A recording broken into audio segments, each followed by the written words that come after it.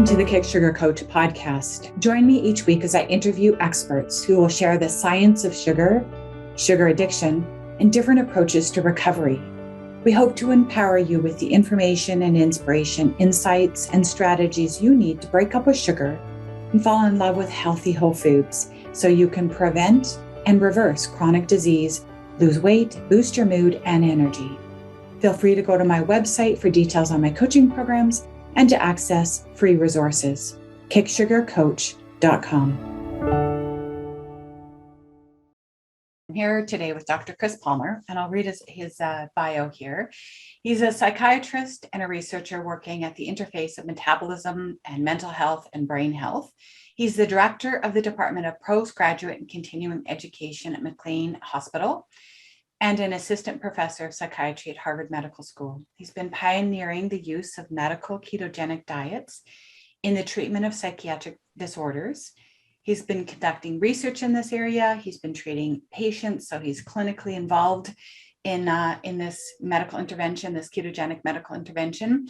He writes and he speaks around the world, and he has a new book coming out called Brain Energy. It's going to be published in November, but you can get it, you can pre-order. So I'm going to plug the heck out of this book because if Dr. Palmer wrote it, we want to read it. So go out and get your copy. Welcome, Dr. Palmer. Thank you, Florence. It's great to be here. So I think it's been 2 years since we've had a chance to connect, because I think on our last summit you weren't available. So I'm really excited to know you're 2 years further along this journey of using nutrition as a therapeutic intervention in the treatment of mental illness issues. So I'm wondering what new clinical stories of success you have for us, and what new science there is, and maybe even what your own research is showing up. But why don't we just start out by saying, how did you become interested as a psychiatrist who is usually so heavily trained in pharmaceuticals are the only, real solution to mental illness management? And how did you become interested in nutrition as an intervention? So it's a great question. And, I trained at, and I'm actually the director of continuing education for the largest psychiatric Harvard hospital. So I'm in charge of educating mental health professionals on the state-of-the-art practice of psychiatry. So I am well-versed in psychopharmacology, medications, psychotherapies, other types of things, ECT, TMS, everything else. And the reality is I am an advocate for those treatments because they do work for some people. And I am an advocate for people, knowing about those treatments and accessing those treatments in the hopes that they might help. But the real answer in the mental health field is that there is a lot of room for improvement. Far too many people, in fact, the majority of people who seek mental health help do not get better with our treatments. They just don't. I wish it wasn't so. I wish I had a better story to tell on behalf of my profession, but I don't. Mental disorders are the leading cause of disability now in the world. And depression, just bread and butter, plain old depression, is the leading cause of disability on the planet. And, we have all these antidepressants, and we have psychotherapies, and we have ECT and TMS and ketamine and psychedelics and all sorts of other things. You would think they would work, right?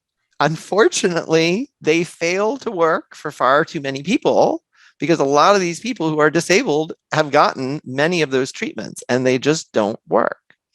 So I have been painfully aware of this for well over 30 years, being a practicing psychiatrist and student and resident, because I've seen people shuffle through the mental health system and not get better. And so I've always been passionate about looking for better solutions. I've been using low carbohydrate or ketogenic diets for about 20 years in clinical practice, in treatment-resistant depression, and have seen it work not uncommonly.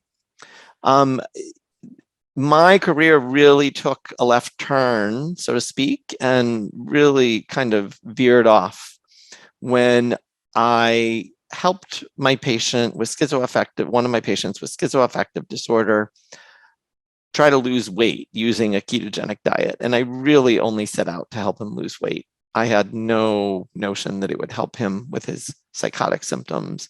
But lo and behold, after 2 months, his psychotic symptoms dramatically improved. That man went on to lose 150 pounds, move out of his father's home, just so many successful things that I really thought were impossible. And so since then, this field is really exploding. The great news is that, I don't look at this as a weight loss diet, and I sometimes will talk about its relationship to insulin and insulin resistance. And then that does tie in with diabetes and diabetes management. But so I could speak to that, but really I focus very, very heavily on the use of the ketogenic diet in epilepsy. And the reason that I do that is because epilepsy is a brain disorder. Nobody questions whether it's real or not. It's a real brain disorder. We can actually measure it. And the ketogenic diet can stop seizures even when medications or surgery fail to do so. And the reality is we use epilepsy treatments in psychiatry all the time. So I have been publishing, every time I talk about this, every time I publish, every time I talk to a neuroscientist about this, I always talk about all of the neuroscience that we know about the ketogenic diet and how it stops seizures. And we know a lot. So it changes neurotransmitters, it decreases brain inflammation, it, regulates ion channels like calcium signaling, it changes the gut microbiome, it improves insulin resistance, it does so many things. And that gets the attention of researchers, neuroscientists, and clinicians. And so in the last, several years, there really has been a significant increase in the number of publications in respected neuroscience and psychiatry journals, either sharing case reports, case series, small pilot trials, but mostly at this point, mostly review articles. So reviewing the neuroscience of what do we know about the ketogenic diet? What do we know about these mental disorders? And how it's kind of a match made in heaven. Like, this is such an obvious treatment. We should be doing this. It's like, it's been around for 100 years. We have so much evidence. It's just so obvious. So in my mind, it's fantastic that we have the support of leading neuroscientists and psychiatrists. They all get, this is not quackery. This is not left field. Again, we're not looking at it as a diet per se. We're looking at it as a metabolic intervention that profoundly affects brain function. The great news is that we have clinical trials now getting underway. So there are at least 4 clinical trials, actually five clinical trials that I'm aware of the ketogenic diet for schizophrenia and or bipolar disorder. There's another clinical trial that may be starting within the next year of the ketogenic diet for major depression. One clinical trial wrapping up in the UK of the ketogenic diet for depression, although I have not been privy to the results of that yet, so I'm not sure how that's going to turn out. But they were using a telemedicine kind of online platform, actually, to deliver the ketogenic diet to people with clinical depression. We have a publication from Virta, actually, the Virta trial, who have been studying a cohort of people with diabetes, type 2 diabetes, over 5 years now, and they just released a study showing that the ketogenic diet can help improve symptoms of depression in people with diabetes. The conundrum, the confound with that, I guess, is that these patients were also losing weight and they were improving their diabetes control. So a lot of researchers and others are going to challenge that kind of validity. Is that really a treatment for the depression, or is that a treatment for diabetes? And they kind of think of them as separate. I actually think of them as one and the same. That if we can control glucose regulation, we're better controlling metabolism, and that results in better brain health. So I think that they are inseparable, but the research community right now does not. They don't see it that way. So they would want to tease apart, like, is it really just people are feeling better because they have a less severe case of diabetes, or maybe they're on less medicine or something else. But so that's just a whirlwind tour. Actually, since you and I've talked, the National Institute of Alcohol Abuse and Alcoholism, our government, the United States taxpayer dollars funded a study of the ketogenic diet for alcoholism. And lo and behold, it was a positive study. The ketogenic diet helped alcoholics detox from alcohol on less medication. They had fewer withdrawal symptoms, even though they were getting less medication. They craved alcohol less, and they did brain scans that showed it improved brain metabolism and it decreased brain inflammation. And so these researchers demonstrated that something like a dietary intervention, the ketogenic diet, can help people with alcoholism. And, most people don't think of alcoholism as a disorder related to diet. It's a disorder related to, poor choices or addiction or the reward pathways in the brain, like whatever. But that's not diet, like that's alcoholism. And yet these researchers put the science together again. They looked at all the science of the ketogenic diet. They looked at all of the science of alcoholism, and they're like, oh my gosh, match made in heaven. We might be able to really do something for these people. They did the study. The study was positive. So the field is really growing quite rapidly.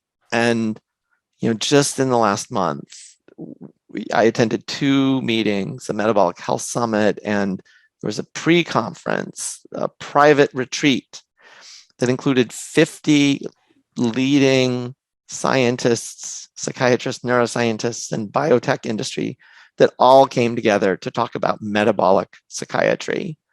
And I actually think we are right on the cusp of a major transformation in the mental health field, one that I am extraordinarily excited about. Fantastic. I'm going to play a little bit of devil's advocate here, because we all know of stories of people who broke up with ultra processed foods. They get onto whole foods and their depression lifts. That was my story personally. I had quite significant stretches of severe depression in my 20s. I cleaned up my diet. I just never came back. Now, I wasn't clinical. I wasn't on medications, and I wasn't even formally diagnosed. But we know anecdotally that people's depression and moods stabilize and they get so much better when they just eat whole foods and get off the ultra processed foods.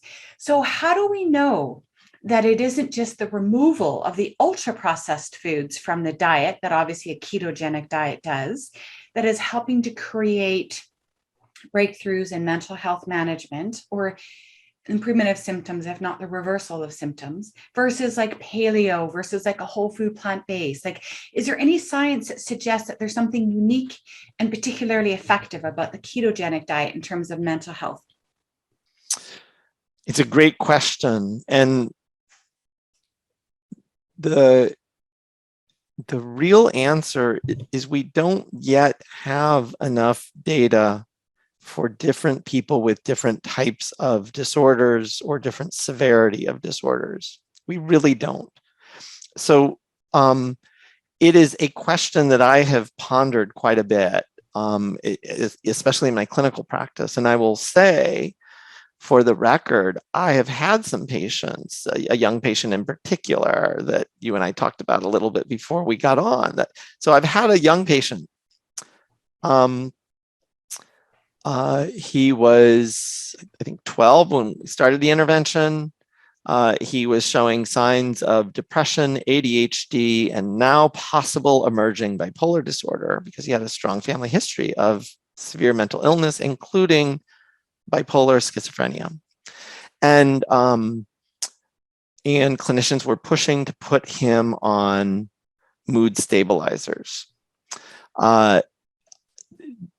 Family did not want to go that route and instead wanted to try some kind of a metabolic treatment. We tried 2 interventions with him. We used light therapy and we got rid of sweets. So he was very stressed at school, had taken to coming home from school and having an ice cream cone or candy bar or something, and then would have his dinner and then would have dessert. So the after school treat was to deal with the stress of the day. The dessert was a treat because he deserved it. And there are lots of people in the world, lots of young people in the world who are eating similarly.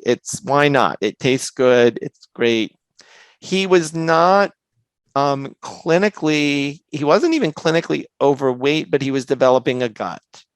And many of us, at least in the healthcare field, know that if you're developing abdominal obesity, even if you are relatively thin otherwise, that is a very worrisome sign for insulin resistance and metabolic syndrome. It's actually one of the criteria for metabolic syndrome. So that to me was a signal that his metabolism and more specifically insulin resistance might be playing a role in this. We actually have several research studies showing that insulin resistance does appear to play a clear and direct role in the development of bipolar disorder and schizophrenia and chronic depression. So we have several studies to call upon to inform that. And so the intervention that we designed for this young man was get rid of the sweets, at least during the school week, and use this light box. And that changed everything for him. So he didn't have to do the ketogenic diet. I didn't want to start with the ketogenic diet because it is very restrictive. It's really difficult to do for a child in school. Most school systems won't see that as even an accommodation. Even for kids with epilepsy, it can be difficult for them to get access to a ketogenic diet in different situations. So I didn't want to go that route, but I had it in the back of my mind, this kid might need a ketogenic diet or a more intensive dietary intervention, but he didn't. He didn't need that. He did well with let's get rid of the sugar during the week, and you can still have a treat on the weekend if you really want, but let's get rid of the sugar during the week and let's use the light box. And that was enough. So I very strongly believe that different diets can play a role for different people. So as you said, some people might do extremely well on a whole food plant-based diet. And if they are doing well on a whole food plant-based diet, I'm all for it. I am all for it. But other people don't do well on that. And if they're not doing well, if they're not improving their health in the way they want to, whether that's weight loss, whether that's reversal of diabetes, or whether it's addressing a mental health problem, if they're not responding to that dietary intervention, I am a huge fan of, well, let's try something else. Let's not give up. And again, I think about dietary interventions in a lot of ways. So one purpose of diet is just to be eating a healthy diet, getting all your nutrients and eating healthy foods, and also eliminating the bad stuff, the processed foods, the junk food, high sugar, specific types of fat. Trans fats are easy, low-hanging, bad fat. But there are other types of dietary interventions. Some people do have vitamin or nutritional deficiencies. Some people have allergies or autoimmune disorders. So they might not tolerate gluten. They may not tolerate dairy. They may not tolerate other things. So people are allergic to nuts. Guess what? They shouldn't have nuts.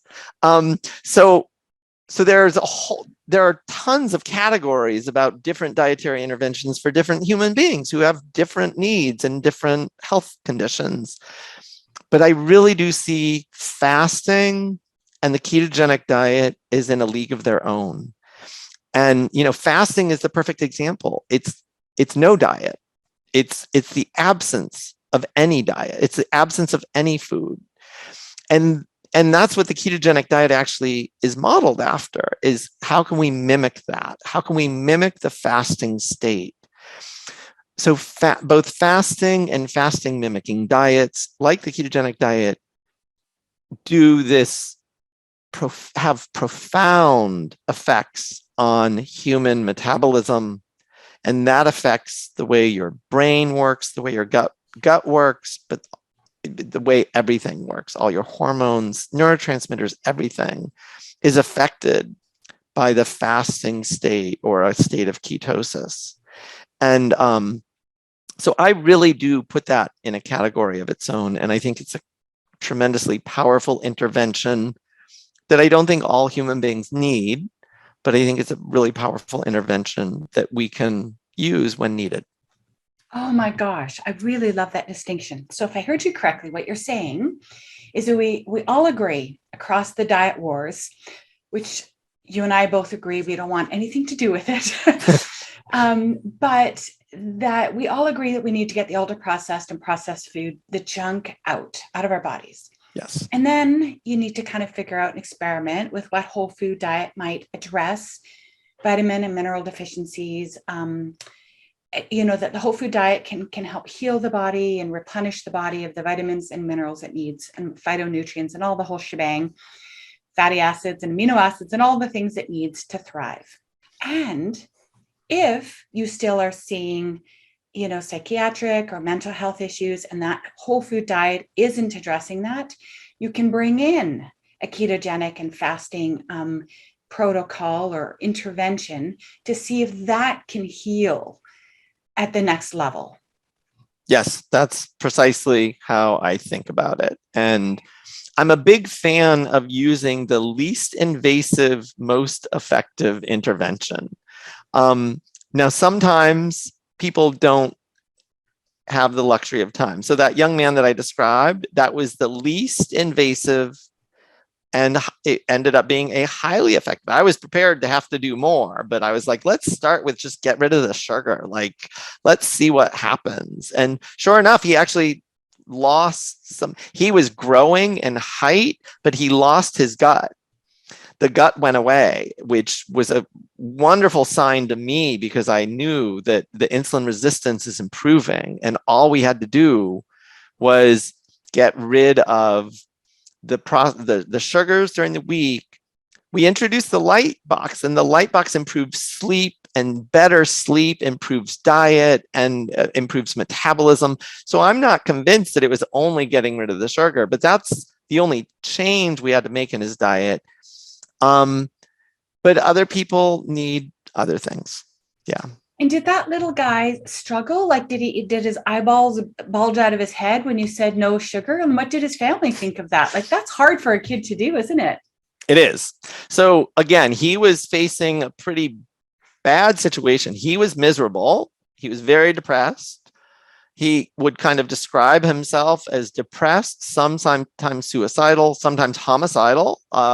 If a teacher really pissed him off, he would be, I want to kill her. I don't think he meant it, but the school was threatening that we can't have this language at our school. And okay, kid, stop. Don't say things like that. That's not allowed. He had never hurt anybody or animals or anything else. I was not concerned that he was actually going to do anything. But he was clearly distressed and looking for help and begging for help with these kind of cries for help. And he was being offered medications that both he and the family knew have very sometimes concerning side effects. They can sedate people. They can cause a lot of weight gain, they can cause insulin resistance. And again, as a psychiatrist, more than 50% of the people who go on those medications do not get better. And that is just a fact. I'm not trying to be a heretic against my field. I'm not trying to be cruel. I'm not trying to deprive people of mental health treatment. That is just a fact. If you look it up, that's fact. When you say more than 50%, that's a little vague. So that means 50% of people are served by them. No, I'm using more than 50% very generously to the mental health field. So in a longitudinal study of people with chronic depression or with depression, major depression, seeking treatment, the patients were about a little less than 500 patients enrolled in this multi-site study, followed for 12 years. They were all getting the best treatment available, medication, psychotherapy, whatever. They were completing weekly questionnaires on how their depression was doing. 90% had continuing symptoms of depression on and off throughout the 12-year period. So that's a lot more than 50%. If we look at an illness like schizophrenia or bipolar disorder, the results are even worse. And everybody knows the outcomes for those patients is much worse than those with just plain old depression. So the reality is we have a lot of work to do in the mental health field to improve our treatments and to better serve our patients. Mental health clinicians know this. They're just as frustrated as I am. They want help. They want, tell us what can we do? But show us science, show us rigor. We don't just want quack ideas. We don't just want, because everybody's got an idea. There are lots of people out there selling supplements and crystals and, healing energies and all sorts of things that's, the people selling them promise you're going to get miraculous results, and of course we don't. And those people have been around time immemorial. I mean, people have been around selling snake oil. That's where the term comes from. Snake oil salesman. Snake oil was supposed to cure whatever ailed you. And it didn't work. And so mental health professionals are justifiably skeptical of new claims. But again, so I've seen this intervention. I've seen dietary interventions work in profound ways for many people. I have collaborated with researchers who are also seeing the same results. I've collaborated with clinicians who've seen the same results, and I have heard from patients around the world. I get, like, on a weekly basis, sometimes I get emails from Germany, from Russia, from Australia, from all over the United States and Canada, and all over, of patients sharing their stories with me about how profoundly better they are because they did a dietary intervention. Now, usually I'm hearing about the ketogenic diet because that's kind of my claim to fame. That's what I do. But, and interestingly, I actually reached out to some leading proponents of the whole food plant-based diet to say, hey, could you share some stories of serious mental illness being cured by your diet with me? You're the leader in this field. And they didn't have stories to share with me. For better or worse. I'm not going to name names, but I did reach out. I was actually hopeful that, share your stories, and then I can even include them in my book. And they didn't have any to share. So is it possible that they haven't done the research? Is it just that it's not there? The data not been collected? So they certainly didn't do the research, but I was hoping that they would give me at least an anecdote or two of, that somebody contacted them. Oh, I tried the whole food plant-based diet and my long-standing bipolar disorder is in remission now. Maybe those people exist. If they do, I welcome you. Please email me, share your story. I'd love to at least hear it. I'm not necessarily going to publish it because I don't know you and I can't verify that story, but I'd at least like to know, as a clinician and researcher, if that's happening out there. But I'm not hearing that and seeing that, and I've actively looked for it. So I do think there's something special about the ketogenic diet. I'll say you can do a vegetarian or vegan ketogenic diet. So this isn't about meat versus plant-based diets. I would prefer to not be part of that war. I'm a big fan of freedom, dietary freedom, to choose plant-based, omnivore, or animal-sourced food diets. If you want to be a carnivore, that's great. And if that's improving your health, even better. Congratulations. I applaud your effort. If you are doing a plant-based diet and it has dramatically improved your health, equally, congratulations. That's great. I don't want to stand in your way. I don't want to knock you down. I am an omnivore myself. I eat both plant and animal sourced foods. I do tend to try to only stick to whole foods, real whole foods, no chemicals or anything else. But and that's working for me. But you know, whatever. Some people listen to me maybe and think maybe you need a different diet, Dr. Palmer. Be crazy. So my next exciting question for you is that, given the research that you're doing and the anecdotal application of nutritional interventions, what does this tell us about what mental illness is, like the cause of mental illness? So that it's actually a perfect segue into my book, for better or worse. So I actually started writing the book maybe like 6 years ago, and I was starting to write a book on the ketogenic diet for psychiatry. And I quickly realized this is going to go nowhere. I might be able to sell this to the keto community, but they're already sold on this. I don't need to sell them on the ketogenic diet and its mental health benefits. I want to sell the world on this. I want to sell mental health professionals. I want this treatment offered in mental psychiatric hospitals. I want this treatment offered in therapy offices, in psychiatrist offices.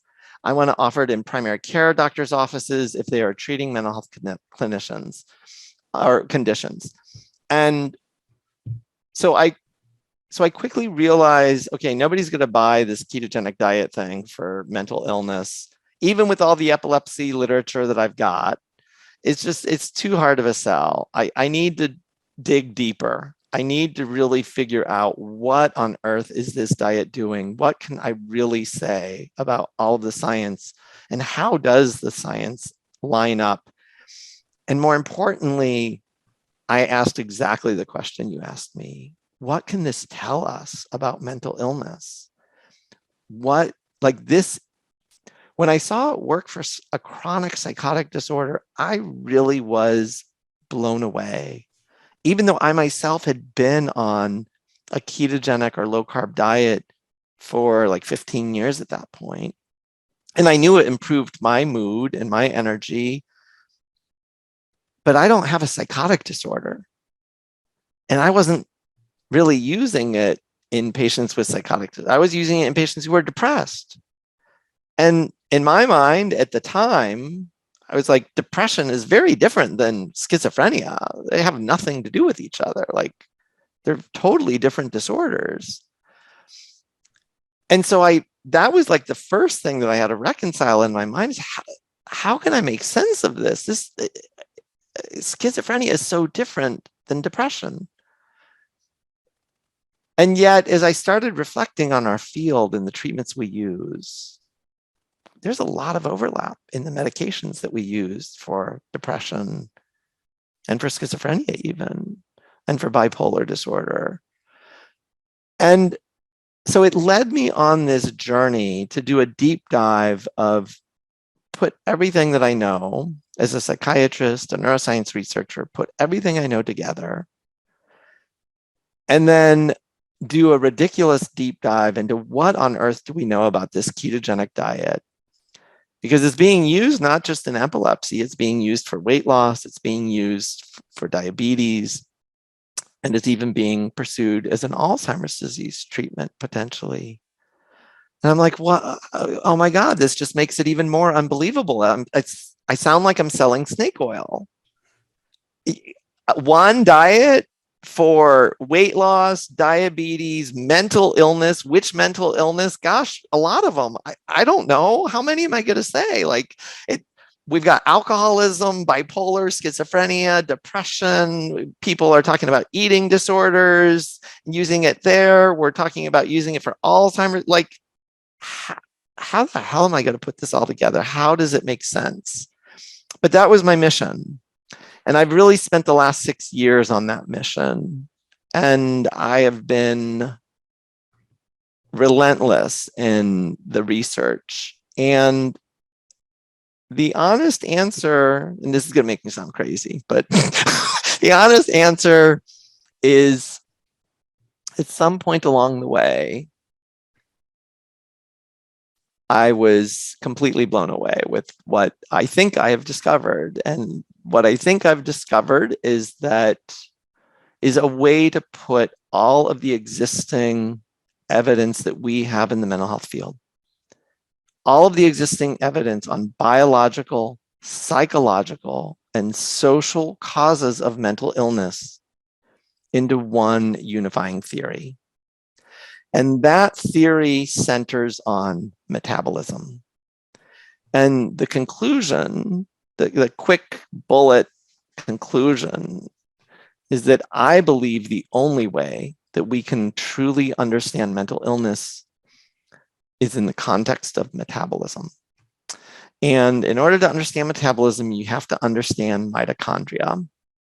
And I'm not going to go into super detail, but I will just at least share that with you, let you know my book is going to do a deep dive in mental. So that's what my book is. My book is I basically take people on this journey that I have been on my entire career.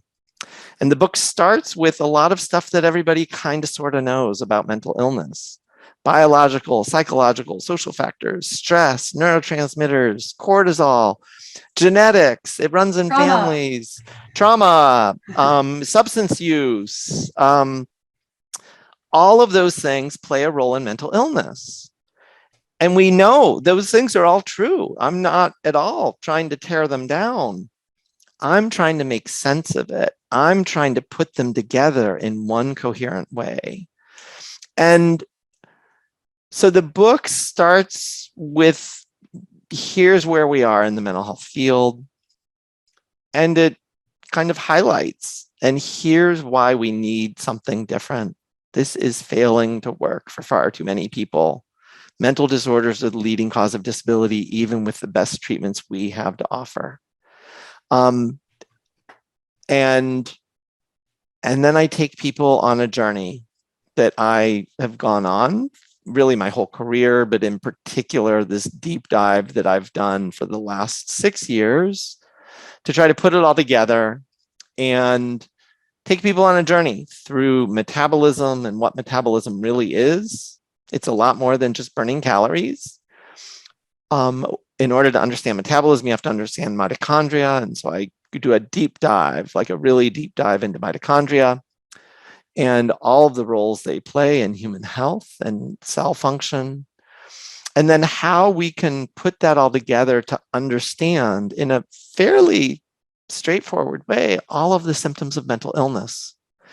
And then most importantly, going through just all of the contributing causes and risk factors for mental illness and what we can do to intervene. And there are lots of things we can do to intervene. Diet is clearly one of the things, but my book is about much more than diet.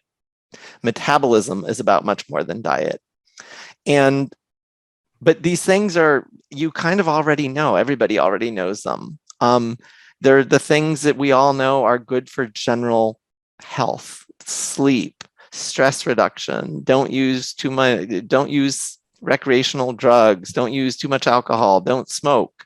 But inflammation plays a role, stress plays a role, trauma, relationships, having a sense of meaning and purpose, spirituality can play a big role for some people.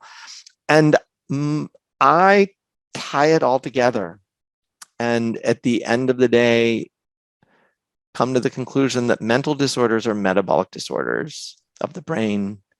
So if you really want to understand mental disorders, you have to understand metabolism and mitochondria, and my book takes you through that. But the flip side is if you really want to understand metabolism and metabolic disorders, so if you really want to understand how to lose weight more effectively, if you really want to understand how to better control your diabetes, if you really want to understand how to prevent a heart attack or how to prevent Alzheimer's disease, we have to start talking about mental health more, because mental health plays a profound role in all of those. And that can mean depression, anxiety, stress, trauma, sleep, addiction. All of those things play a profound role in your metabolic health. So mental health and metabolic health are inseparable. And we really need to merge the field of metabolic health with mental health. And I think then we can truly begin to help all of the people of the world who are suffering from mental and metabolic disorders. Oh my gosh, that is so clear and so profound. Thank you for that. If I'm listening to this call and somebody has a mental health issue, and they're like, okay, I'm kind of open to this. I'm persuaded. I'm willing to give it a try.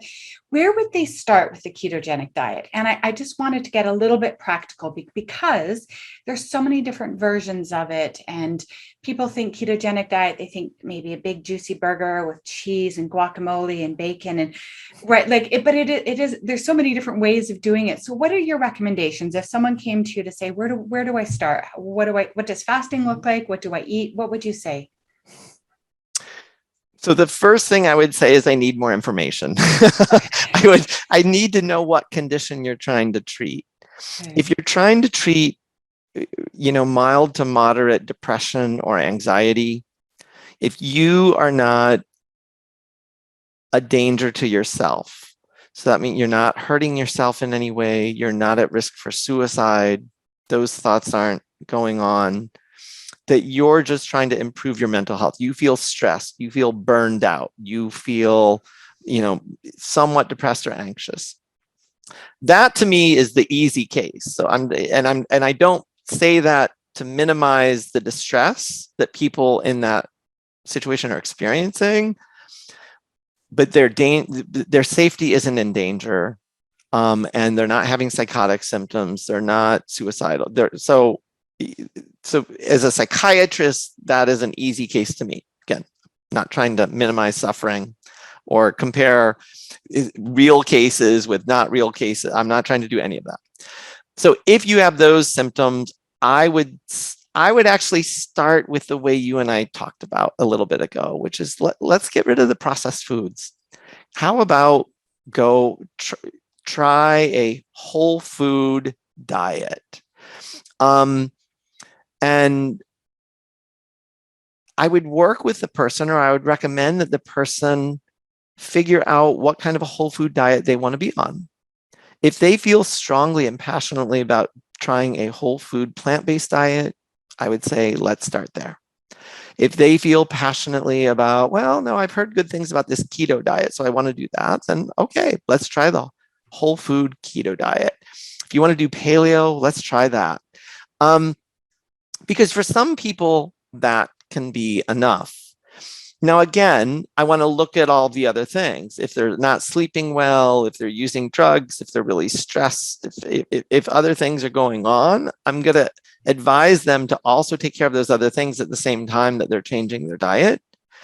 But start there. Give it at least 2 months. You're not going to see results right away. And in fact, for most people, the first week or two can be really, really difficult. Sugar withdrawal, carbohydrate withdrawal, processed food withdrawal, whatever we want to talk about, people are going to have cravings. They're going to be irritable. They're going to feel hungry. They're going to feel like, this food that I'm eating is just not satisfying. I need whatever I need, whatever you crave. Or whatever you're giving up. So if you are giving up carbohydrates and you're on a low carb or ketogenic diet, you're really going to crave those carbohydrates initially. And I'm going to encourage you to get through that. Come up with a plan, maybe develop a support system, have somebody who can help support you through this. And then give it a couple months, see if it works. If it doesn't work, move on, or adjust more, or do your diet more intensely. restrict, do something to improve upon your diet. But again, there are lots of choices.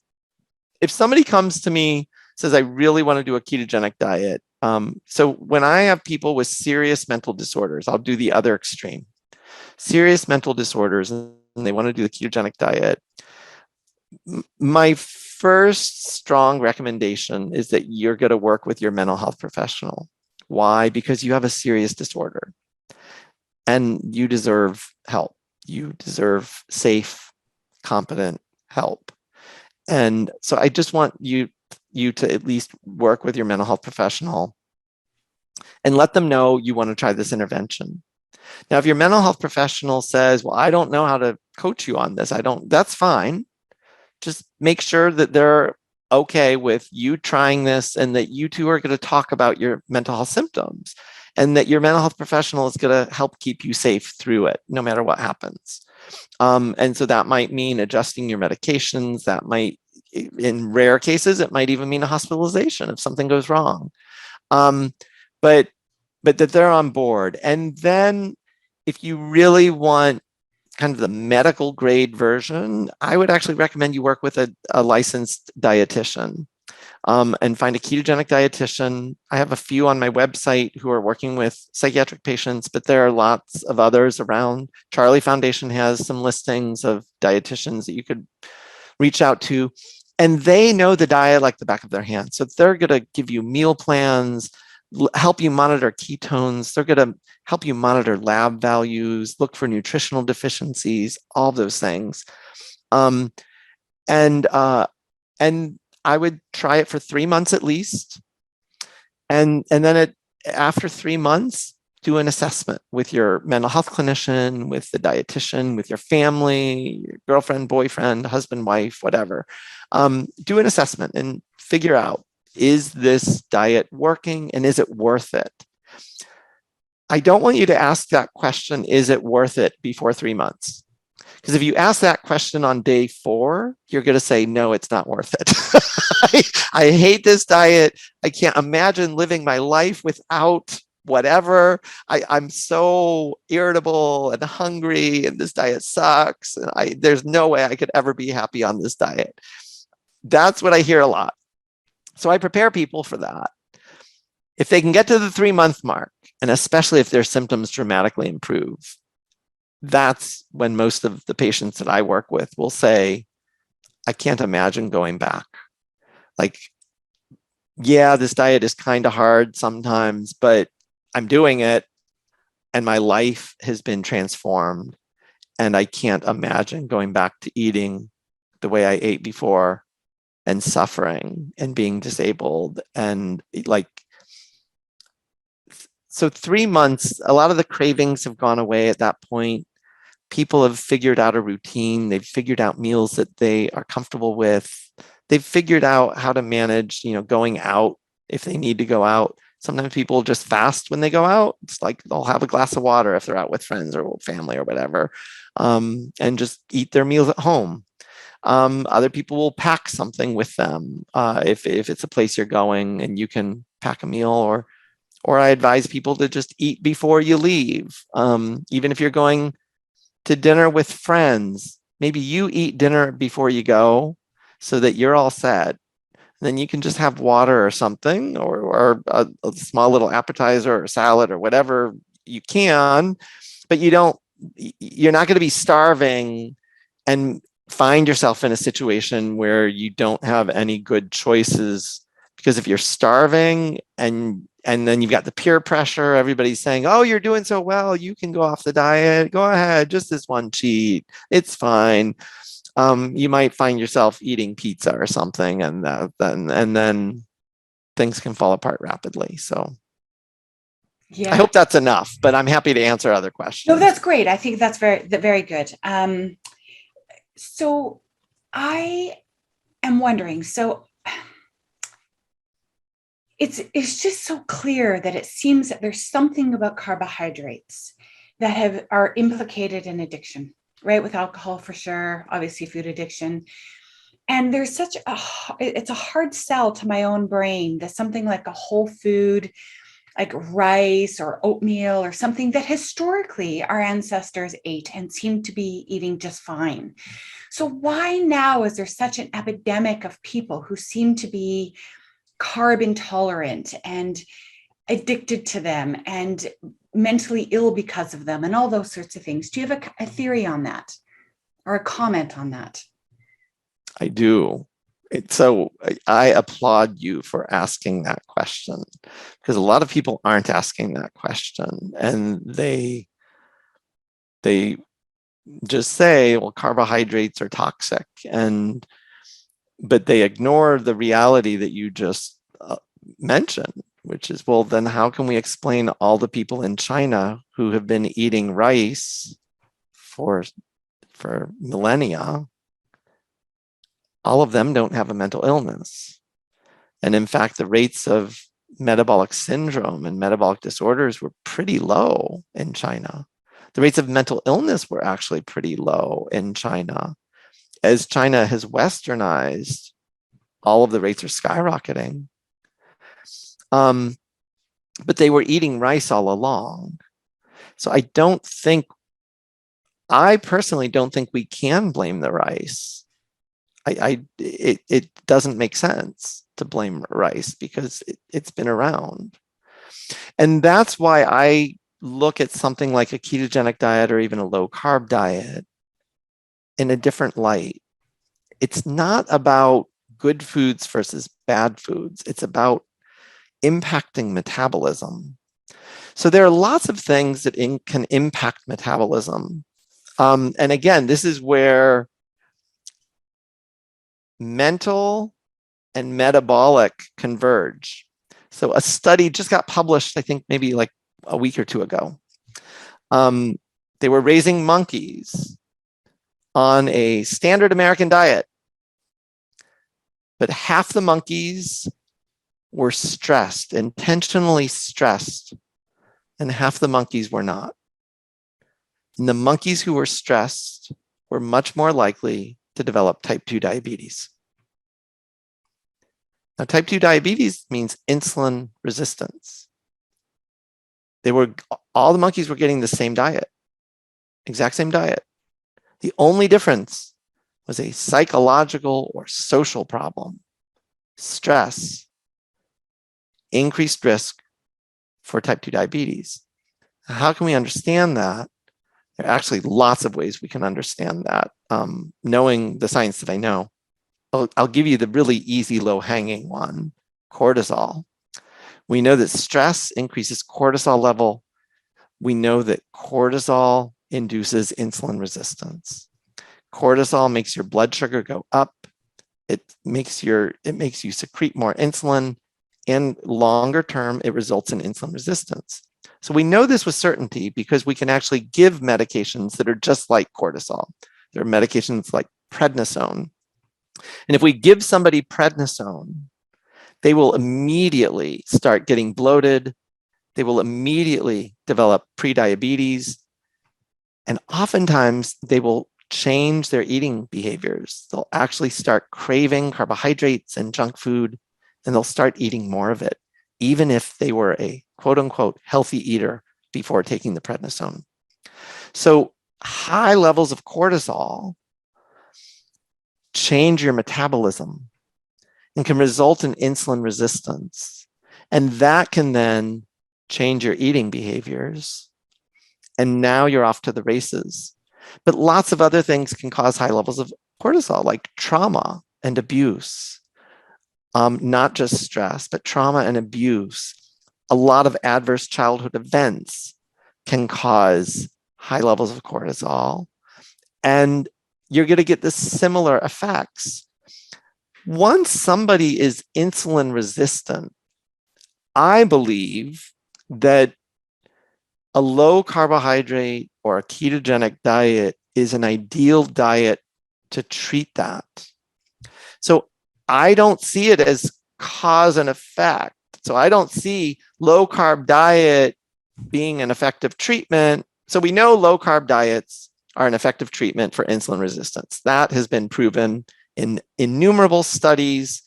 It's been used for a couple hundred years.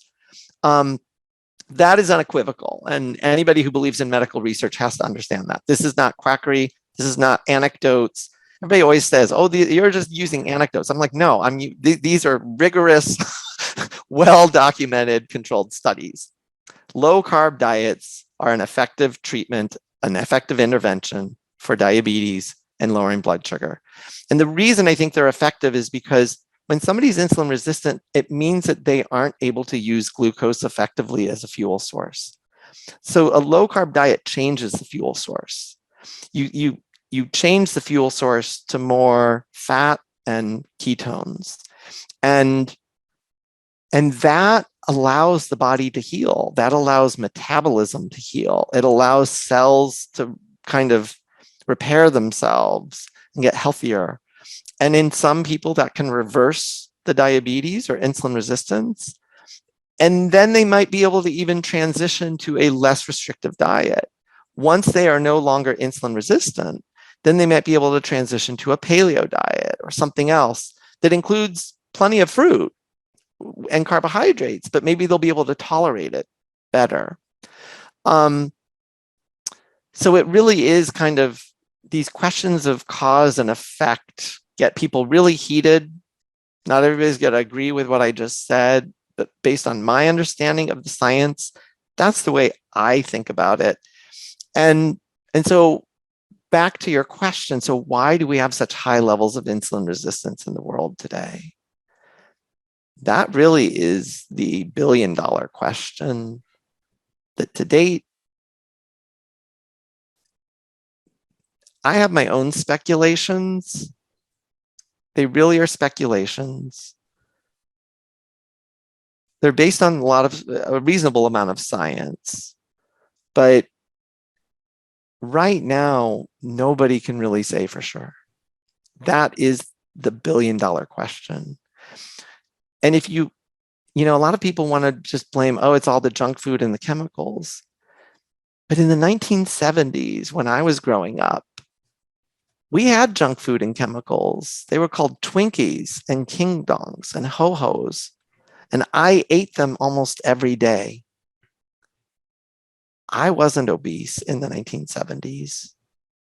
And the majority of Americans weren't yet obese in the 1970s.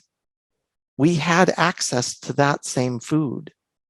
We had access to horrible, processed, chemical-laden, it had trans fats in it. It had sugar, lots and lots of sugar. I drank Kool-Aid. I remember when I was a kid, I could not drink plain water. It was too bland. I hated the taste of water because I grew up on Kool-Aid. Kool-Aid was sugar, pure sugar, and some chemicals to color it. So that's what I grew up on. And lots of other people were eating and drinking the same stuff that I was. And the obesity rates were much lower then than they are now. And so in order to really understand what has really happened, we have to understand the complexity of metabolism and what has happened to the human species. And then that gets into all sorts of things, hormones and epigenetic changes and chemicals, but it also gets into possibly environmental toxins that are poisoning the metabolism of the human species. And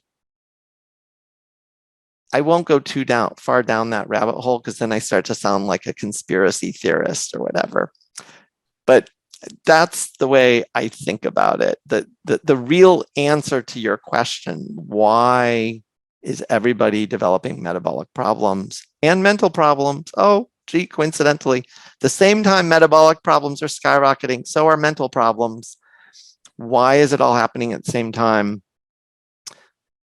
We don't have clear answers. Based on what I've proposed, this connection between mental and metabolic, it could be all the cell phones, the lack of, everybody's sitting and looking at screens. Humans aren't interacting with humans anymore. People don't feel loved and appreciated like they used to. People don't have community like they used to. Social media fosters fakeness. It just, everybody takes a selfie smiling, and then everybody looking at all the great lives that everybody on social media is thinks to themselves, my life sucks. Like, well, they're taking fancy vacations and they're so happy and they have so many friends and look at all the likes they're getting. They have lots of support and I'm not getting any of that. Could that be playing a role? Absolutely, it could be playing a role, because that induces a stress response. It makes people feel lonely and isolated, and all of those things play a role in metabolic health as well. So there are lots of complicated factors that all come together that might be playing a role. It's probably not just one of them, unfortunately. I wish it was going to be as simple as, oh, we finally identified the one and only one cause of the human species going bad. Like why is the human species developing metabolic and mental problems at skyrocketing rates? Why is our health deteriorating? Why is our lifespan decreasing for the first time in a long time?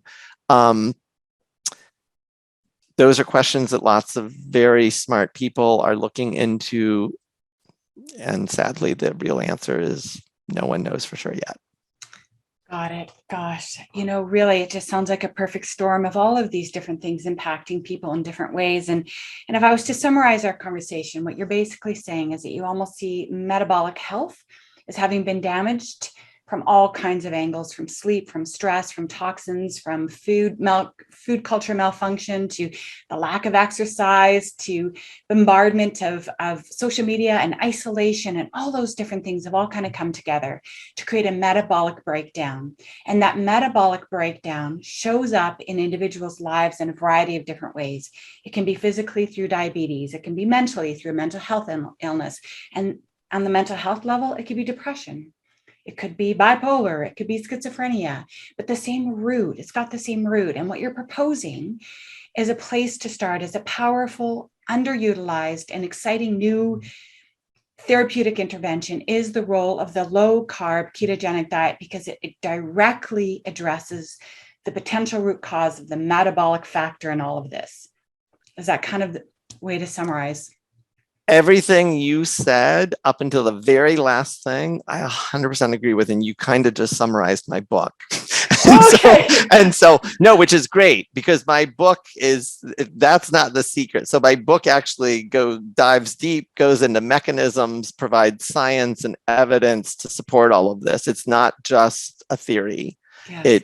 I'm calling it a theory, but it is a theory based on decades of hardcore research that all comes together. Mm-hmm. I look at my book as all coming together. The reason I slightly disagree with that very last statement is because a lot of people see me that way, that Chris Palmer is all about the ketogenic diet or low carb diet, and that's the intervention that everybody should be on. And I just want to say, I will never back down from the ketogenic diet is a powerful, powerful intervention. I will continue to use it probably till the day I die. I will continue to promote it. I will continue to talk about it. I think it is a powerful intervention, but it's not the only intervention. And in isolation, if we ignore all of the other things that you listed, if we ignore it all and just say, well, ketogenic diet should cure everyone, right? I'm going to be like, no. If they're not sleeping, if they're taking their phones to bed with them and only prioritizing 5 hours of sleep, and so they're really only getting 4 hours of sleep, and they've got noise going on while they're sleeping, and they've got a light on in the room, and they're drinking excessively, and they're vaping all the time, but they're on keto, do I think that that person is going to have optimal mental and metabolic health? Absolutely not. They're going to have probably quite impaired metabolic and mental health. And so those other interventions are equally important. The great news about the ketogenic diet, though, is that it's kind of like a metabolic reboot, so to speak. If you want to reboot, if your computer's not working and you don't quite know what's wrong with it, you reboot, and a lot of times that solves the problem. It's kind of sort of the way I look at the ketogenic diet. It's a metabolic reboot, and it can fix so many problems that we really, as scientists, don't know exactly which cells are the problems occurring in. Exactly, is it a fuel source issue? Is it a mitochondrial issue? Is it a hormone issue? Like, where is the problem? If you do the reboot, it just, everything kind of works its way out, and the system, what's happening in ketosis, it really is a reboot. We're stimulating autophagy, we're stimulating all sorts of things. So I'll never back down from the ketogenic diet as a powerful intervention, or a low carb diet as a powerful intervention, but they aren't the only interventions. And we as a diet community, we as health advocates need to take a more comprehensive metabolic, mental approach to health and wellness. Got it. I love that. And I will end here because I have the sense you and I could talk all day. This was an amazing interview, Dr. Palmer. So crystal clear, like one of the best I've done with you. In the addiction field, it's the exact same thing that in my early days of trying to unhook from my own Twinkie addiction, I just thought if I could just unhook from these processed refined carbohydrates, that everything would fall into place and that all of my issues would disappear, that carpet stains would just resolve themselves. Like, I just thought it was the one hit wonder, the bullet, the magic, the silver bullet.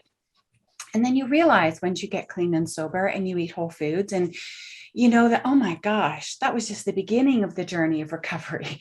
That abstinence is first, for sure, so that you're freed up mentally and physically and energetically, etc., to start to do the deeper recovery work. And that's when you look at your sleep and your exercise and your childhood trauma and how to reframe negative thoughts, CBT, like you start to bring in all these others, more holistic interventions.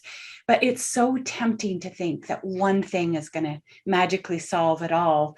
And it's really great to be reminded, both for people who are looking to heal their metabolism, that it isn't just about going on keto and calling it done. It's not just about getting abstinent and calling your recovery done as an addict. So that's the beginning of a journey of multiple different interventions that just continually upgrade the quality of our life and the health of our brain and our mental health. Yes, that is extraordinarily well said. Thank you very much for your time, Dr. Palmer. Do you have any final words you want to share before we wrap up? I think the only final word I'll say is that, my book launches November 15th, but I am already working with a coalition of people. We want to change the mental health field. Access to mental health care is abysmal right now. In the United States, if you want to find a psychiatrist, more often than not, you have to pay out of pocket. A lot of people can't afford to pay out of pocket. Insurance doesn't cover it. The research funding is paltry, especially given that mental disorders are the leading cause of disability. And as I've said, our current treatments have poor outcomes for far too many people. We need to transform the mental health field, like in a huge way. And the only way that's going to happen is not through my book. The only way that's going to happen is through a grassroots movement. And so if you are equally passionate about changing the mental health field, if you or a loved one have suffered relentlessly and are sick and tired of suffering and being told you have a chronic disorder and there's nothing more we have to do, I could really use your help. And for right now, at some point, I will have a website, brainenergy.com, but it is not live right now. So for now, go to chrispalmermd.com. If you sign up for my newsletter, or if you follow me on Twitter, those are the two easiest ways to learn about how you can get involved with the movement. But we really want to change the mental health field, and we are going to need a lot of people to do that. Oh, thank you very, very much. Thanks, everybody, for tuning in. Thank you. Thanks for tuning in this week. If you would like more interviews, more information, and more inspiration on how to break up with sugar, go to my YouTube channel, Kick Sugar Coach, or my website, kicksugarcoach.com. See you next week.